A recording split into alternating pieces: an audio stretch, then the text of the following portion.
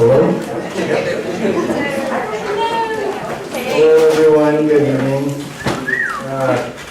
Welcome to Castalia. This is the monthly reading series featuring students, alumni, and faculty from the UW MFA in Creative Writing program.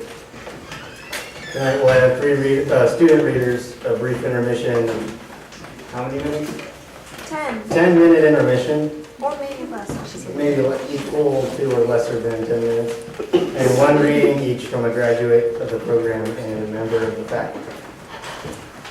Before we begin, I'd like to thank Hugo House for letting us meet here and Christina, who is at the front desk. And I'd like to remind you that Drew is tending bar tonight, and she will pour you a good stiff drink, so you should go buy one and tip. Also, if you have parked in the Hugo House parking lot, remember to move your car by 10 p.m. And then finally, actually two more things. There should be a survey on your table. If you could take a couple minutes and fill that out, Hugo House would be grateful for that. And then the last thing, there are faculty and alumni books available for you to purchase.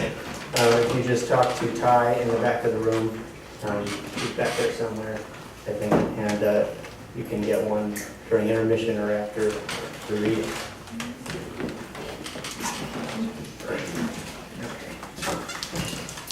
So, our first reader tonight is Jane Youngberg. Yeah. I'm not sure how these introductions are going to fly today, but we'll see how this one goes. All right, Jane's a first-year prose writer, and she often writes about young women shell-shocked by life's turns. With patience and grace, she writes about them. Usually with the laconic wit, you are likely to find a short story by Amy Hempel, who also happens to be one of Jane's inspirations. In her own life, Jane embodies patience and grace. I know this personally, as Jane was the first to forgive me for sending out a certain email last year. An email in which I may have accidentally invited several people I hadn't met to go hot tubbing. That was maybe not my best moment. But in case any of you are interested, I might know a place where you can pay $7 an hour for a room with a hot tub. And I might just be there next Thursday from 5 to 6. You can bring the wine, and space is limited, so it's first come, first served. Anyway, Jane will probably not be at the hot tub place, but she is here tonight, and that's almost as good. So everyone, please welcome Jane Youngberg to the stage.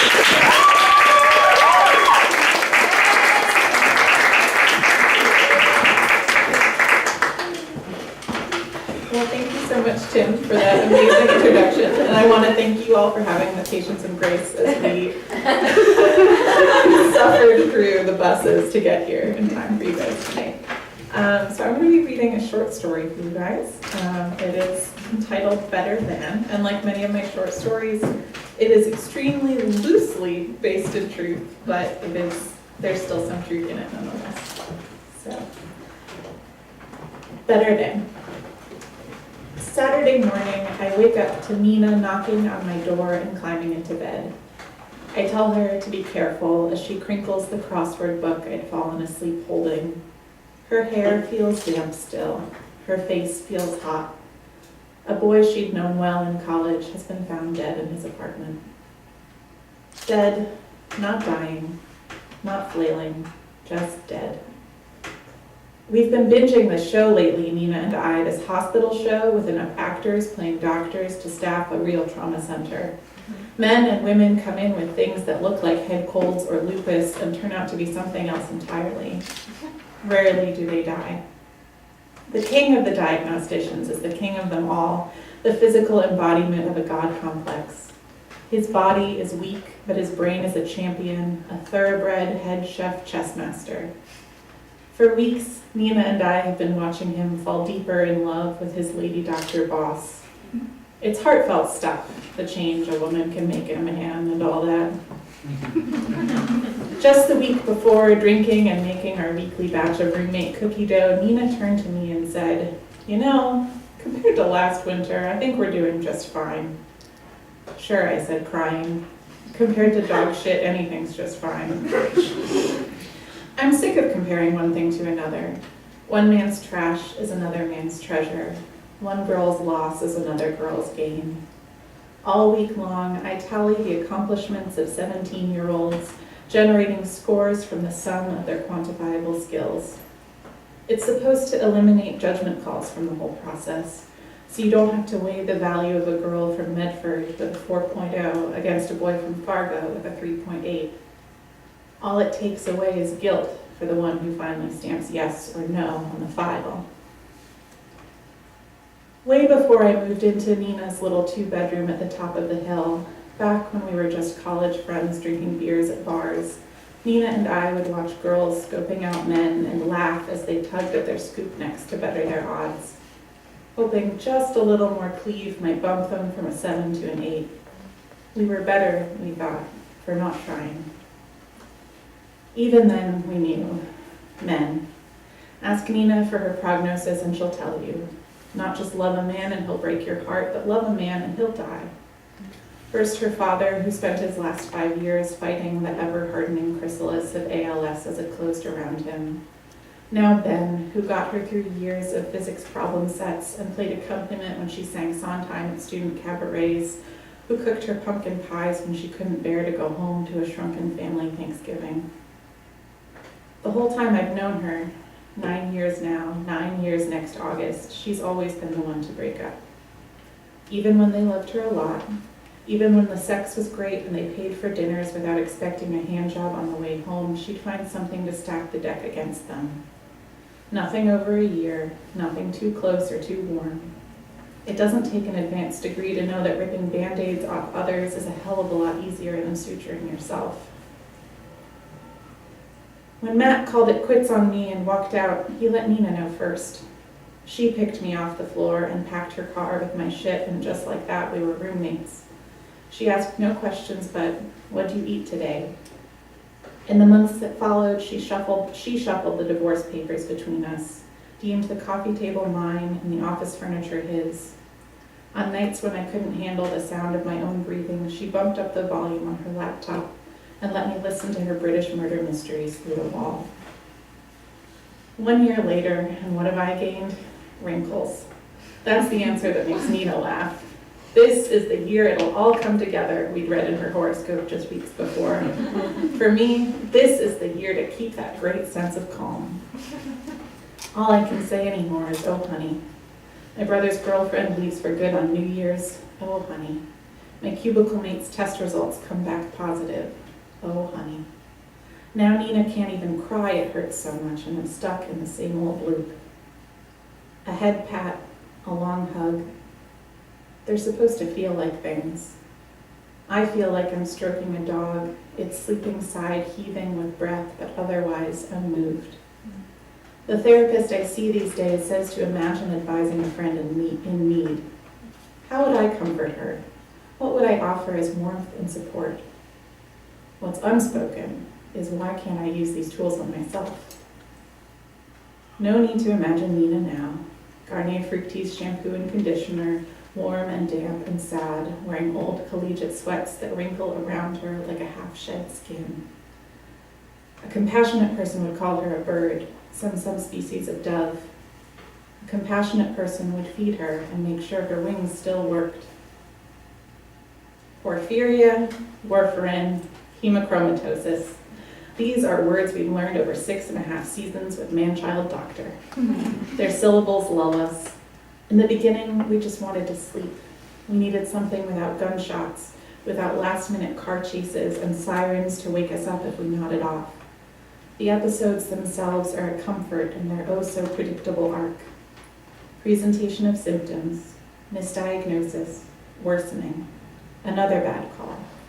The steady beep of the heart monitor threatening death. A Hail Mary with minutes left on the clock. In life or death, denouement. But almost always life. I try and comb through what I know, the salient facts for Ben's differential diagnosis. When had he last called Nina? When had I last heard her laugh in her room, that chest-filling, room-filling burst that could only mean a bad joke from him? There was a gargoyle postcard on the fridge from a trip to Berlin, but that was a year old at least. It had been there when I moved in. Years before that, at a dinner with Matt's folks, all of us from school together, we joked about Ben heading west. Ben, pale, balding, going to Berkeley for his doctorate. I'd asked him to try Chez Panisse at least once. Nina shakes as she reads me the facts off her phone. Police found him after 3 days without word. They've ruled out homicide and natural causes. Come on, I say. Let's move to the futon. I'll boil you some water. I'll cook you some eggs. I think I'm protecting Nina. Just an accident, Nina says. Just a dumb, dumb accident. Or,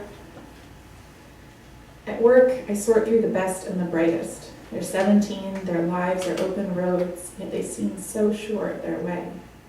They'll get a series of degrees as long as their names. They'll be surgeons, they'll be architects, they'll write legislation for their home states. A small percent, sure. The rest will take their diplomas and run straight for a nondescript desk, happy to finally play ordinary. To be honest, one teacher writes in a recommendation, Thomas is brilliant, but I worry. I worry he'll burn out too early. There's just such a fine line between a firework and a pipe bomb. We flag his file PT for personal trauma. PT means wear kid gloves. Add a third or fourth reader just to be sure. Usually it means an asterisk next to an especially low number. Extra consideration for parent death or foster care or overcoming adversity. But there are others too, like Thomas. Sky-high scores, extraordinary achievement, the slightest glimpse of something dark. They're too easy to love boys like this. If I had a file of all my fuck-ups and failures, you'd find a long string. Philip Lynn, Isaac Rush, Matt McGinn. Stars in their fields, all of them. Get one in a corner. Ask him to tell you about his work. Watch love fill his eyes, hope fill his throat, and try not to fall for it. It can take years to realize the warmth in his voice wasn't ever directed toward you. You think you'll be different, more patient, more kind. You think if you do everything enough, everything right, you'll see. If you just try harder, then at the end of the day, they'll shut down their monitors and lock their doors, leaving the haze of blue light encoding behind. They'll come home to you, eat dinner with you, and fuck you the way you deserve. I didn't want to love man-child doctor. He's just about everything I hate. Cocksure and deeply self-loathing, unconcerned with things like mortality, morality, or consequence. But Nina insisted.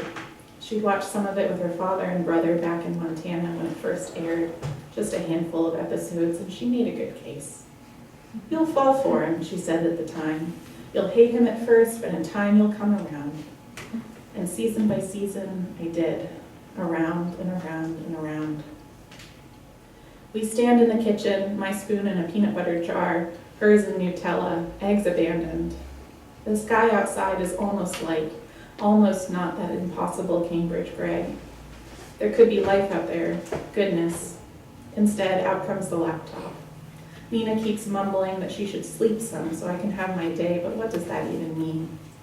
I hate Saturdays. We both know it. She likes to joke that I treat work like it's the weekend and days off like drudge work, and I laugh along, but she's right. Time heals all wounds is something no one believes. Tell that to the patient with a gaping fistula or the kid dissolving from necrotizing fasciitis. How can minutes moving at a steady pace fix that? Comparing. Even on a good day with Nina, I can't help but compare. Her nails filed, mine bitten. Her hair styled, mine maybe brushed. Take a compliment she used to bark when she'd tell me I dressed nice. Just let apples and oranges be fruit, for fuck's sake. When we cleared out Matt's and my apartment for good, Nina handed me a journal I'd stuffed behind one of the bookcases in the empty second bedroom. It had been aspirational, the 2-bedroom in Arlington, the whole top floor of a 3-family house. But we'd never been willing or able to fill the space. The journal was an old one, started in college. Jammed inside were 3 half letters never sent to Isaac Rush. Dear Isaac, I know how you feel about depressed girls, especially ones like me, that what, we're not trying hard enough? That if we just played with our own tits once in a while, everything might be okay? Dear Isaac, I'm married, everything's quiet, and I can't help but write this to you. Dear Isaac, I used to think about donating eggs to pay down my student loans. I should have gone through with it when I still had the urge, because now, when I could really use the money, I can't imagine wishing these genes on anyone. Is that what the suicidal feel? I'd only remembered writing the second one, my pen slipping on the word married, because even 6 months in, I knew it didn't feel right. Premonition, or instinct, or insight, or who knows what.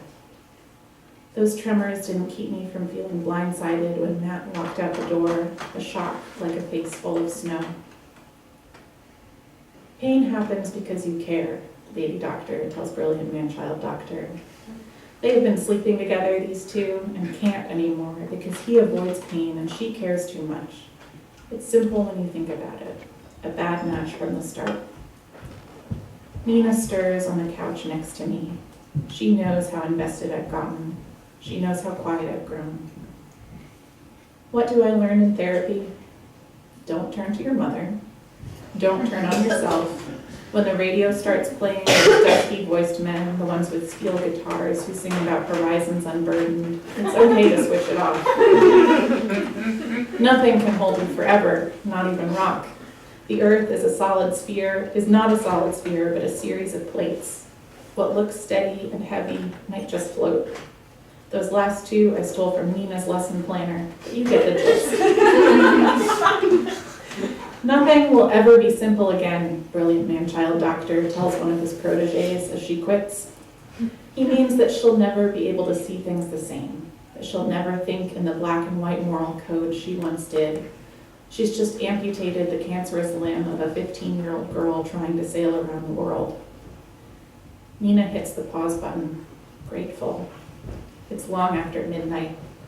She'd held her tears through the episode before, where another protege confessed to killing her brother to keep him from suffering through a degenerative condition. I squeezed her hand, but she did not cry. Nor did she flinch when the man-child doctor, unable to confront his feelings for his lady doctor, jumped off a balcony into a swimming pool. I couldn't separate the rush of bubbles around his face from the feeling of blood in my ears, but Nina sat calm, holding my palm flat in hers. It's going to be okay, Grace, she'd said. There are more seasons to come. He's going to be just fine. Now a patient is saved, and she weeps ugly. The cases end when the credits roll.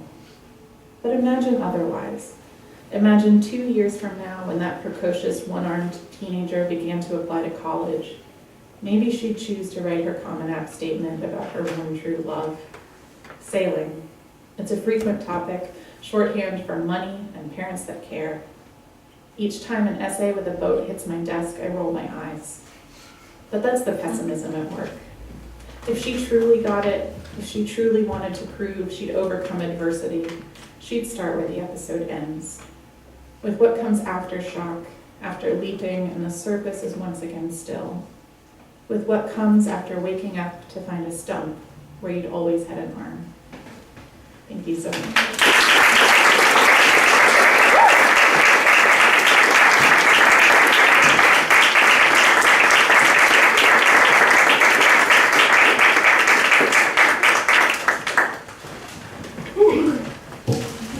Thank you, Jane.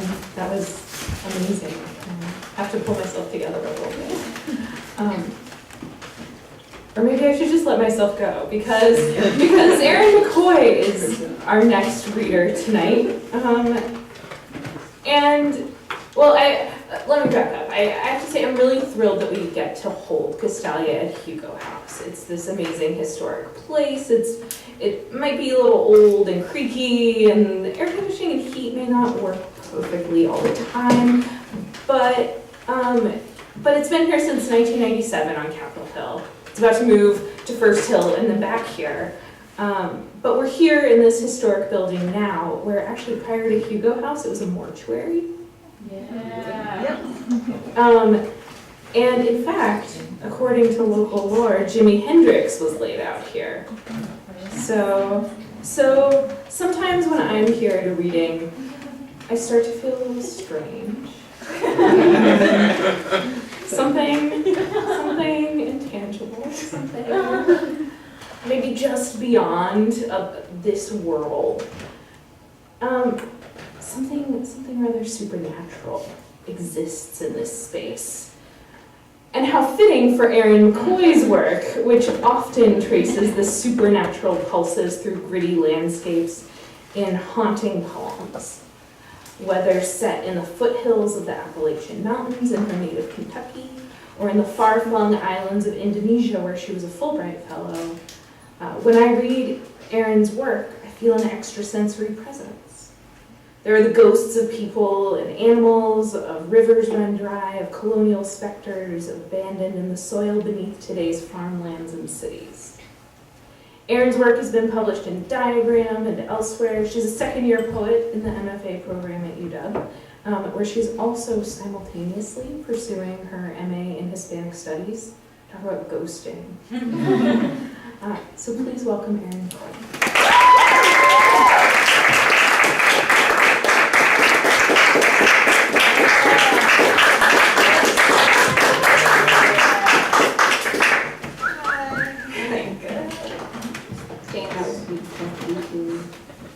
Thank you guys for coming. All right, so I'm gonna get started. Yeah. So first two poems have to do with my grandfather, who lived in Malaysia for 3 years, late 60s, early 70s, and then I lived in Malaysia for a year in 2009. So I think that's the only thing you need to know, except for that all the words that you don't know are Malaysian words that pretty much all are words for animals. So. It's called LG for a Promise. I have drawn the greatest distance from your ashes to your living bones, this box jingling with coins, Kuala Lumpur. Sometimes by the monitor lizards, biawak, I spot teeth and old shoes in the gutter, the runoff from wrongs done and cast off and undone. But now by the hot plates, right hand, shovel-mouthed and spiced, over the nasi and the plate of daun pisang.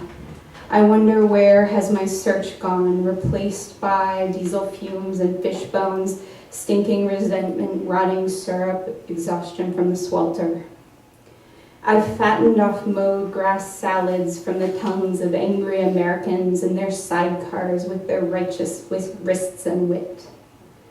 When they leave, I'll become it, pleasant, compliant, and where the rafts float me, I'll swim with coconuts, haul onto them like lily buds, and watch the lightning beetles blinking on and off like kites that pass over the stars.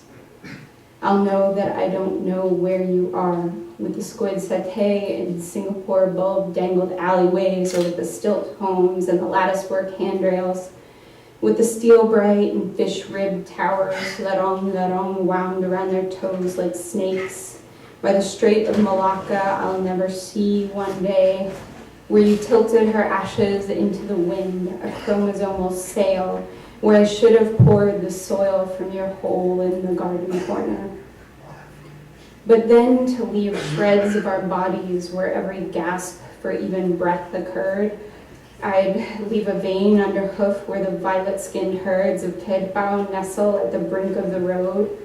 I'd leave teeth with the dirty sheep who scoured bushes by the big box grocery store, sight to the one-eyed cats, kuching, kuching, limping through the trash burns, this misused tongue to the sweet leaves and garam masala and sugar cane I cupped once in my hands.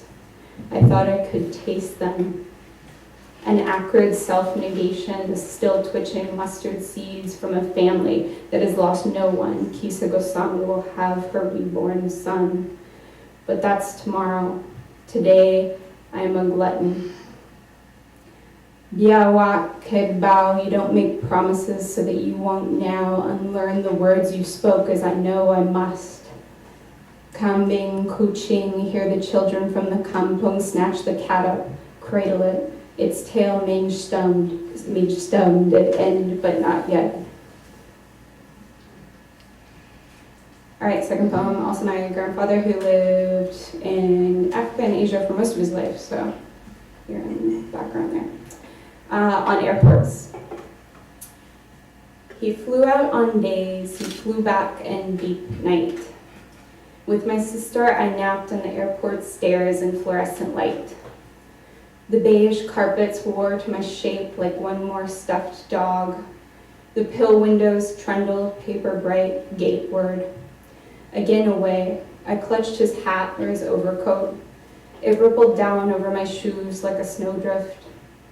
Off to somewhere pink on a map, or delayed return from West Africa in a westward plane, upholstered in beige seats, speed dazed, inclined back.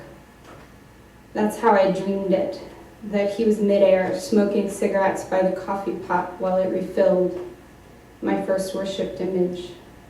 I wanted this, was happy for him, couldn't miss him too hard or it'd suck him back. On the second step down, a clot of insects, silverfish, nibbled neat notches, Morse code in the carpet. Each time I returned, each had shed 8 times, and in years, mounds of molts look like hundreds of friends, hundreds and hundreds of them. All right, Northwestern poems and One Islands. Only thing you need to know, which you probably already know, is great auk is an extinct bird from the Atlantic, Northern Atlantic. It's called extinction. Pinned along the horizontal lip of the Black Islands, slugs steady, the Japanese beetle green and shimmering ferry. Its great fuel-glutted gut, car heavy, churns north. There are no stops north. There's nothing. What's left is the sun-sopped tawn of desert, as though pressed by a thumb and spread across the wet horizon. That downshade blues next, murmuring on the wharf in curls of lost feathers. Because the engine is one exhale unrelieved, because skies don't cough, and because the black cormorant has joined a night of cormorants. I think on the moorings of great auk, ridged bill parted in inhalation, has raised its moon nose to the waxing dark. In the brittle air, lifted wings pause, poised to splice into the greening swell while school below, far from home, Atlantic Manhattan. No fist-round patches of ripped down, no quill-mute pores gape. And to conclude that the auk escaped through the wired-shut jaws and tooth-chalk Arctic, its ocean spent and the Pacific still a bloodless quiet. It's not impossible, that is, to believe. But there are so few and so lonely lights out on the water that winter is a place that we are left there, that I do believe. All right, so ghosty things. Since there's a ghost on the poster, I have no choice. So I guess just to summarize very quickly, this is from the larger series. Based on when I was a journalist, I interviewed some twins who told me they saw ghosts. Very fictionalized based on that. So I guess the only other thing you need to know is that they go by just initials in the poems N and A. So I'm going to start with 2 fragments very briefly and then read 2 longer poems. Having surmounted just the Appalachian slopes, the sun's intolerant of all the wet ghosts we let into our beds, but doesn't know we don't let them.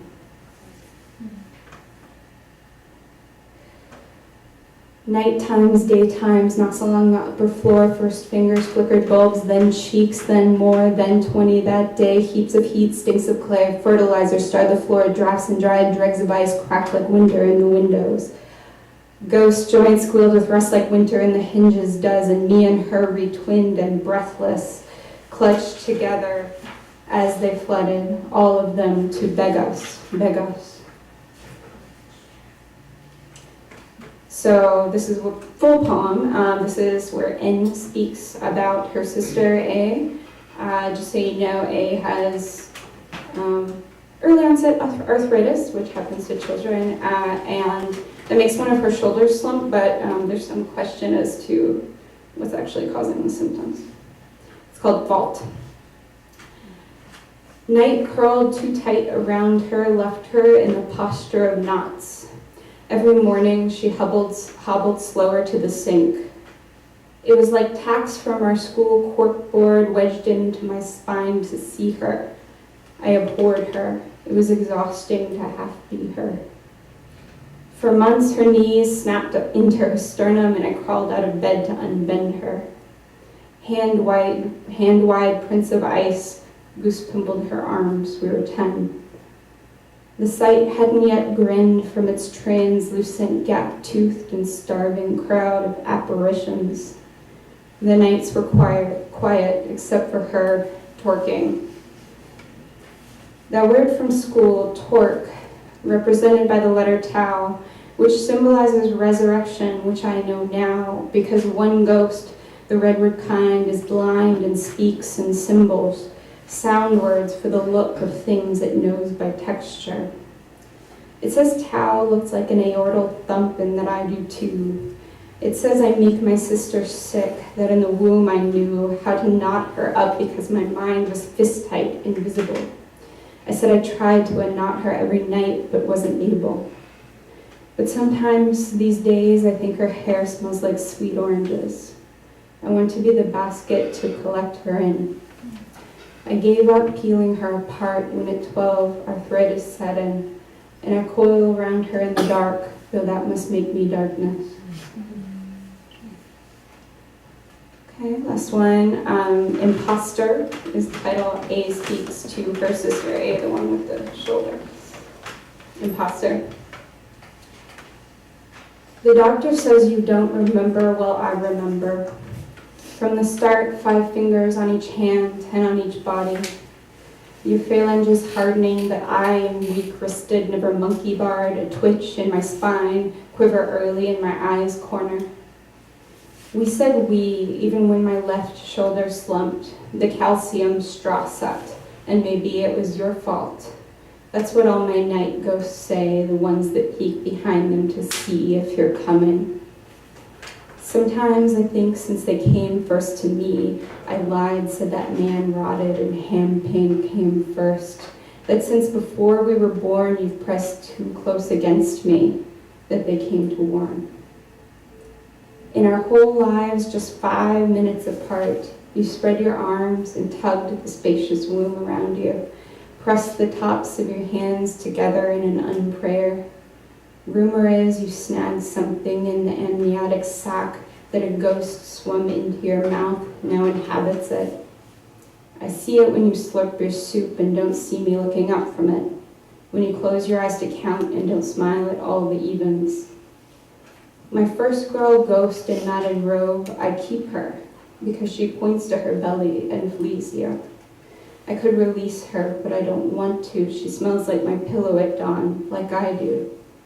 So she wanders days, squats in my closet all night long, swaddled, at my age losing her sight. Those few minutes after I slipped out, it was the womb in you. But I think it was you and her, and you came through. Thank you guys.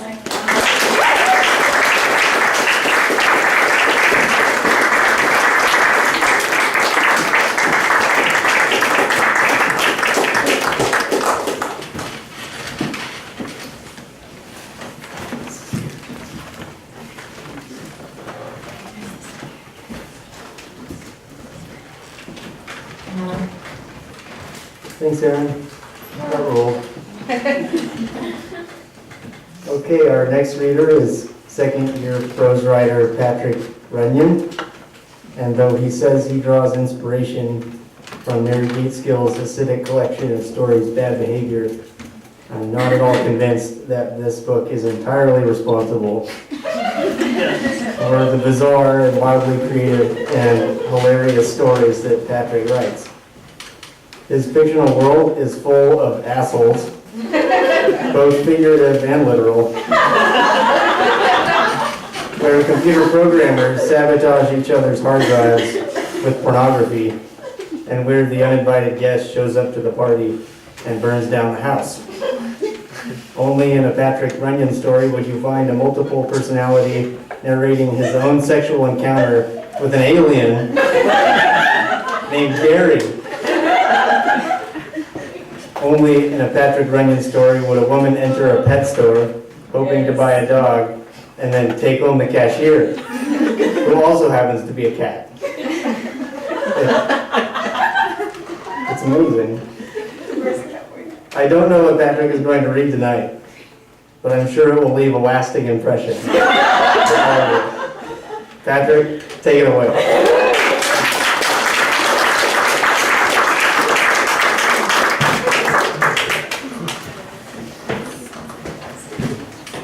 Thank you, Tim, and thank you, everybody else. You said a lot of nice things about me, which was not the only material that you had to work with. Not that I don't like hearing people say nice things about me. I don't like wanting to hear people say nice things about me. I guess I'll just start off real quick. I was in the hospital a while back, and I realized that hospitals, you hear the most profound existential questions, and I don't pretend to know the answer to them, but I was walking in the hall outside, and I heard from another room somebody asking really loudly, "Who am I, and why am I here?" And that's just really stuck with me. I want to share that with you. Okay, I'm going to read 3 stories tonight. The first one is called One Size Fits All. I went with my dad to buy a bookshelf at the local furniture outlet. I must have been 13. It was one of those chores my dad would justify dragging me along on as building character, but whatever. I love my dad. At the checkout, the cashier asked if we'd also like to buy an Allen wrench. My dad made a queer look and said no. When we got home, none of my dad's Allen wrenches worked. That's funny, it's a European company, but they're using American sizes. But then his set of American wrenches didn't fit either. Didn't you buy a wrench when you were there, Mom asked? How did she know? Anyway, the scales fell from my dad's eyes. Pack it up, son, we're going back. At the store, my dad demanded a refund. Was there a problem? The help desk asked. Yeah, your sockets don't fit any of my wrenches. You didn't purchase a wrench at the checkout? No, I have wrenches. Why would I buy your goddamn wrench? If your furniture doesn't fit any of my wrenches, then I want my money back. I can offer you store credit on another item. I don't want your store credit, and I don't want your wrench. I want my money back. The manager arrived. Sir, allow me to give you a complimentary wrench. I apologize for the miscommunication on our part when you purchased your item. Yeah, I thought, free wrench.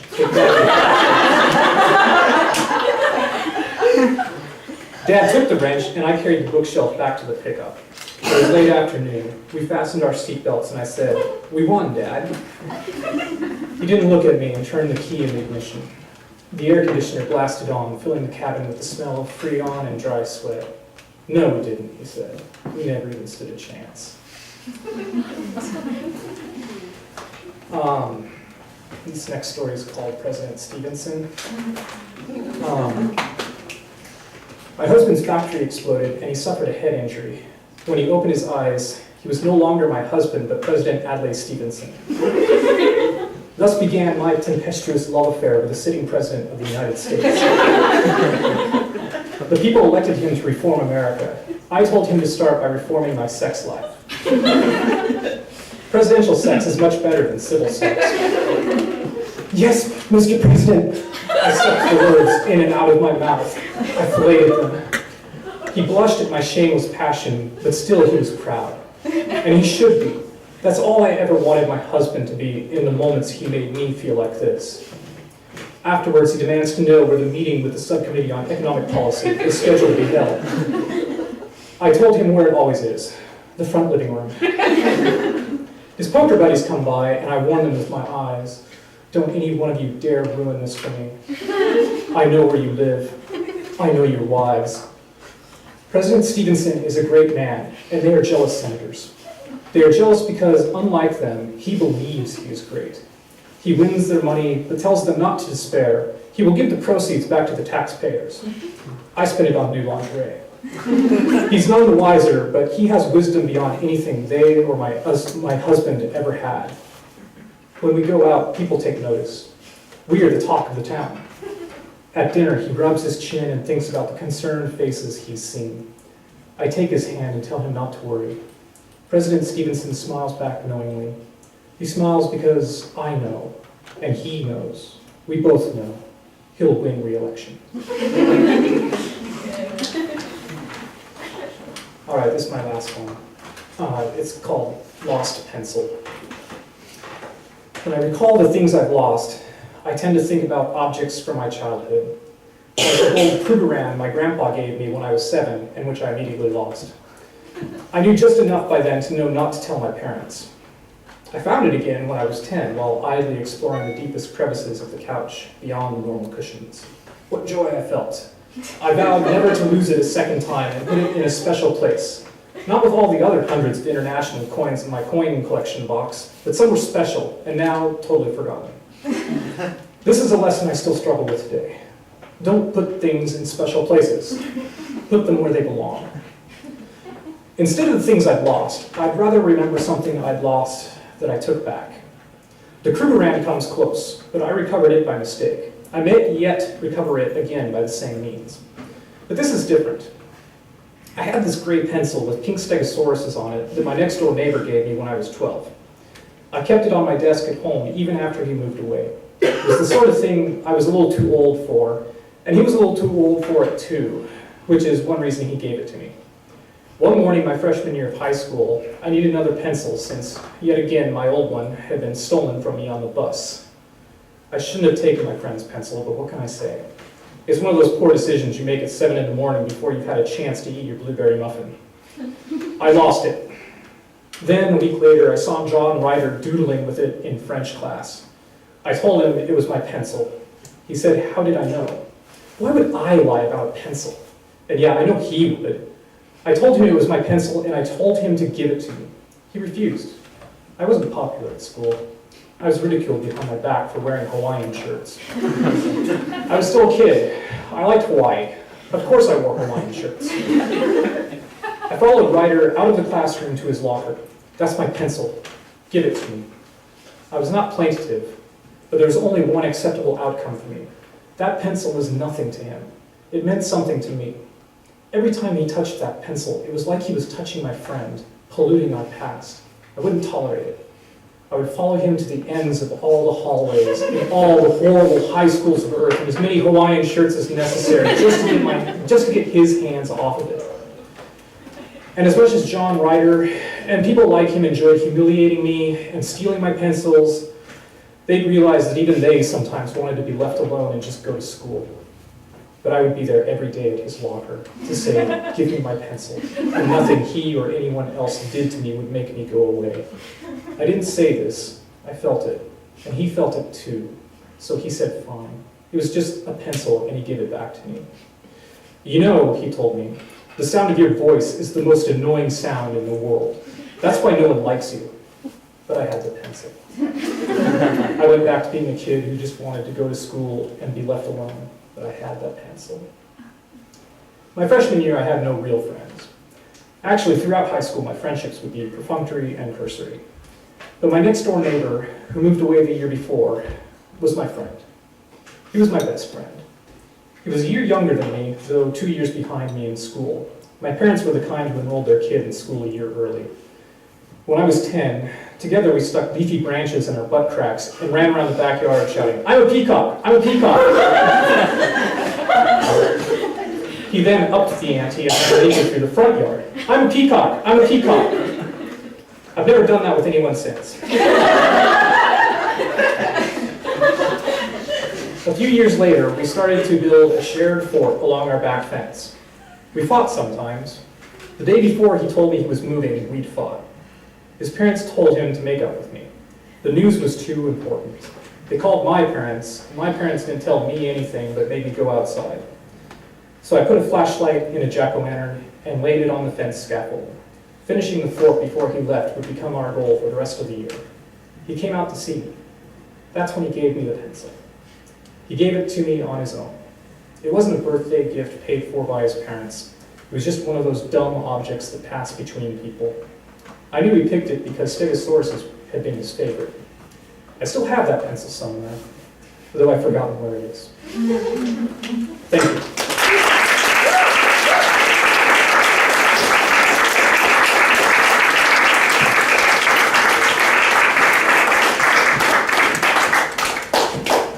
Thank you, Patrick. Intermission, get a drink, tip well. We'll be back.